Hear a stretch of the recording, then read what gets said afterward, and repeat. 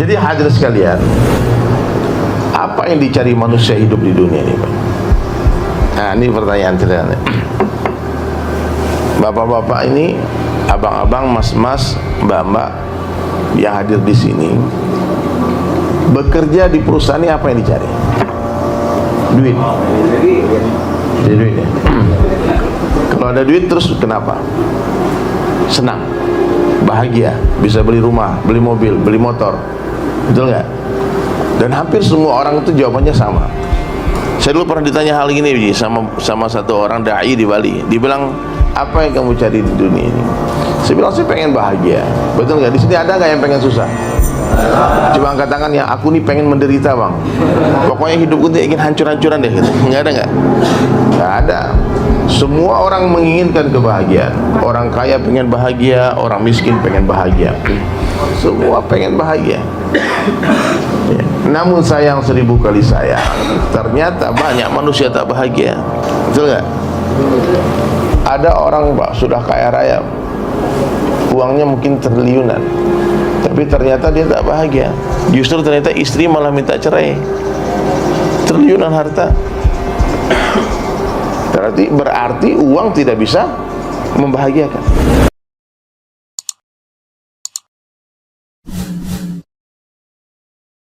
Innal hamdalillah nahmaduhu wa nasta'inuhu wa nastaghfiruh wa nu'minu bihi wa natawakkalu alaihi wa na'udzu billahi min syururi anfusina wa min sayyiati a'malina may yahdihillahu fala mudilla lahu wa may yudlilhu fala hadiyalah.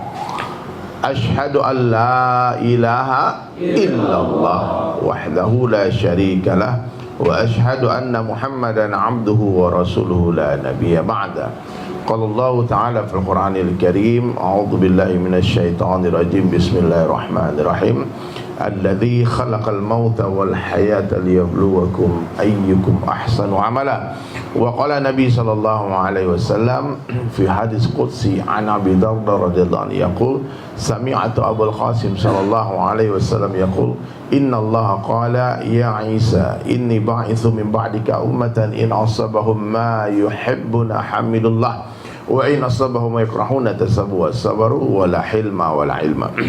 Kaifa yakunu hadza lahum wala hilma wala ilma ya Rabb? Qala Allah Ta'ala u'tihim min hilmi wa ilmi atau kama qala Rasulullah sallallahu alaihi wasallam. Jadi hadirin sekalian, apa yang dicari manusia hidup di dunia ini, Pak? Nah, ini pertanyaan sederhana. Bapak-bapak ini, abang-abang, mas-mas, mbak-mbak yang hadir di sini, bekerja di perusahaan ini apa yang dicari? Apa? Duit. Jadi duit ya. Kalau ada duit terus kenapa? Senang, bahagia, bisa beli rumah, beli mobil, beli motor, betul nggak?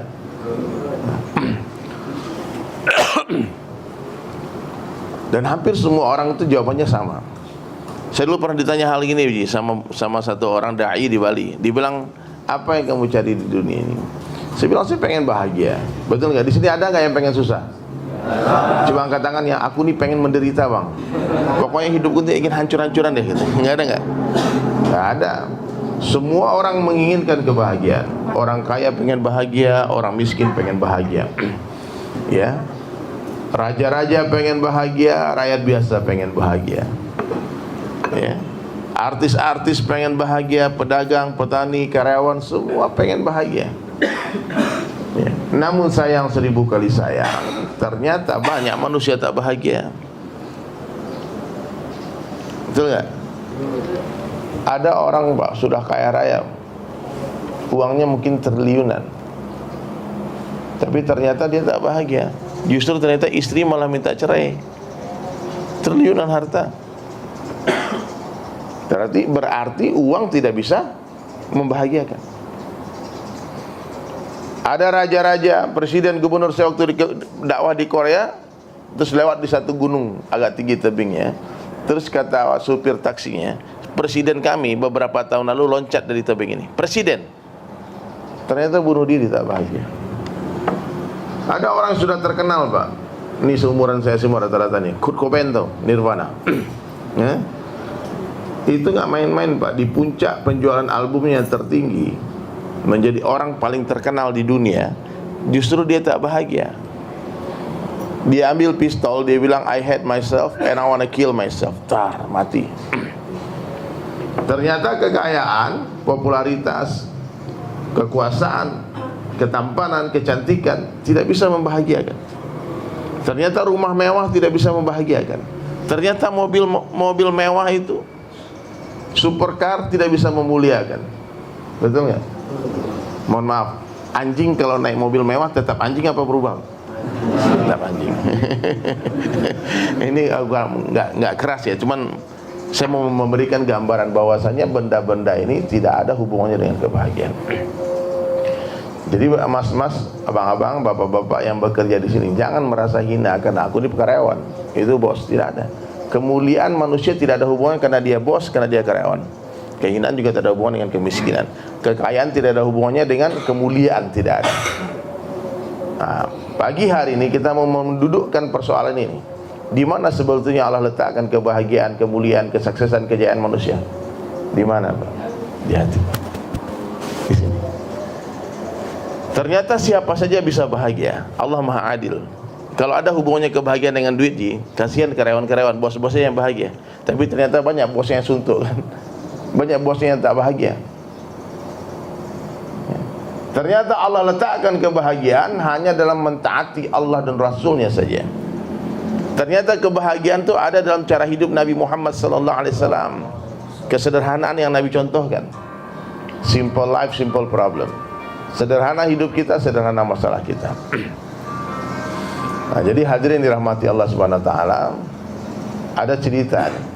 Ini ceritanya agak unik nih, tentang seorang raja yang sangat mencintai permaisurinya. Ya, ada raja, konon di zaman antah berantah.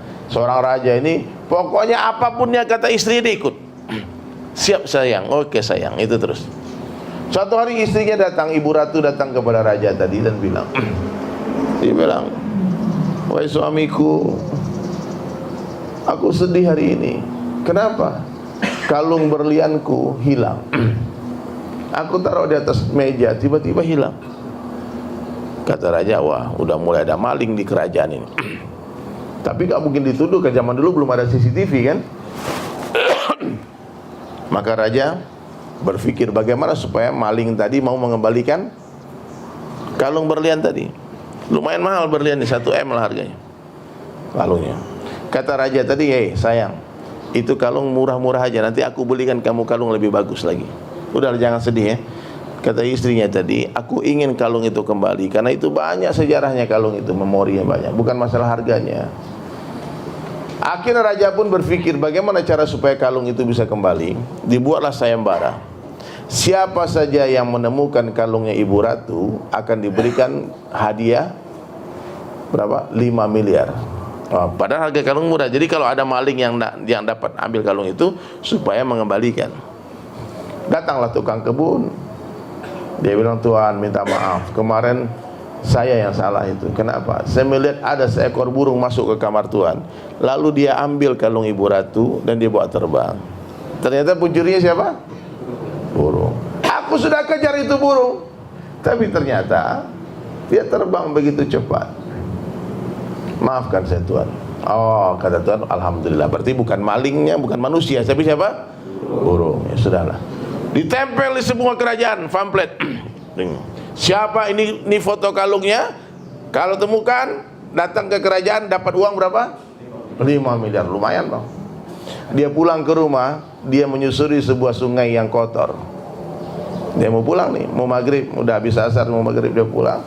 Ternyata dilihat di dalam sungai yang kotor tadi ada kalung berlian tadi. Nampak kerlap-kerlip kalung berlian tadi. Dia buka langsung kertas tadi, waduh, 5 M ini. Jangan sampai ada orang tahu, jangan sampai ada teman-temanku tahu. Dia tunggu sampai sepi, orang kiri kanan tidak ada lagi lewat, dan dia masuk ke sungai yang kotor tadi. Di sungai tadi banyak bangkai, limbah industri, ada sampah yang begitu banyak, menjijikkan, bau busuk sungai itu.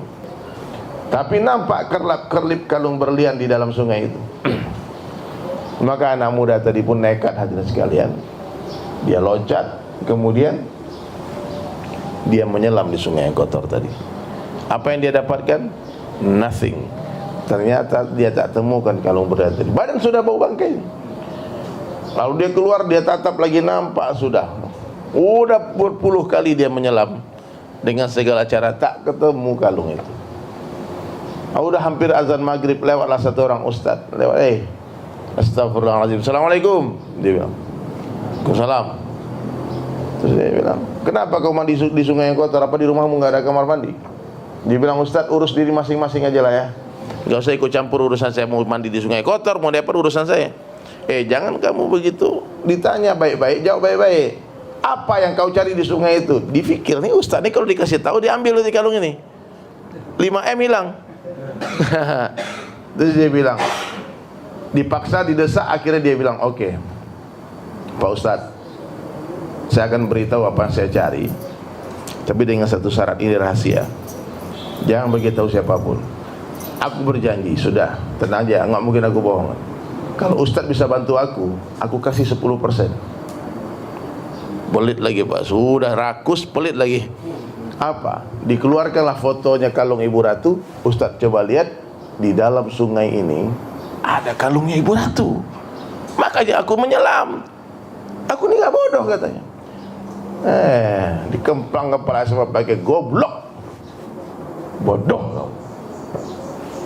Kenapa Ustadz marah-marah? Kamu mau cari kalung itu? Iya. Coba angkat kepalamu ke atas. Dilihat ke atas, ternyata kalung itu tergantung di dahan pohon. Yang di dalam sungai cuma bayangannya saja. Begitulah bodohnya orang yang mencari kebahagiaan dalam kebendaan dunia. Dia tak akan temukan, karena dunia adalah bayangan akhirat. Dunia ini bayangan surga. Kenikmatan di dunia bukanlah kenikmatan yang sesungguhnya. Kemuliaan di dunia bukanlah kemuliaan yang sesungguhnya. Kerajaan di dunia bukanlah kerajaan yang sesungguhnya. Penderitaan di dunia bukanlah penderitaan yang sesungguhnya. Kesakitan di dunia bukanlah kesakitan yang sesungguhnya. Pengadilan di dunia bukanlah pengadilan yang sesungguhnya. Di dunia ini yang menang belum tentu benar, yang kalah belum tentu salah. Maka kita jalani saja takdir, kita tonton saja takdir Allah ini. Apapun yang Allah tetapkan, udahlah. Sekarang bapak-bapak ditetapkan sebagai seorang pekerja karyawan, nikmati saja. Allah bisa bahagiakan di sini.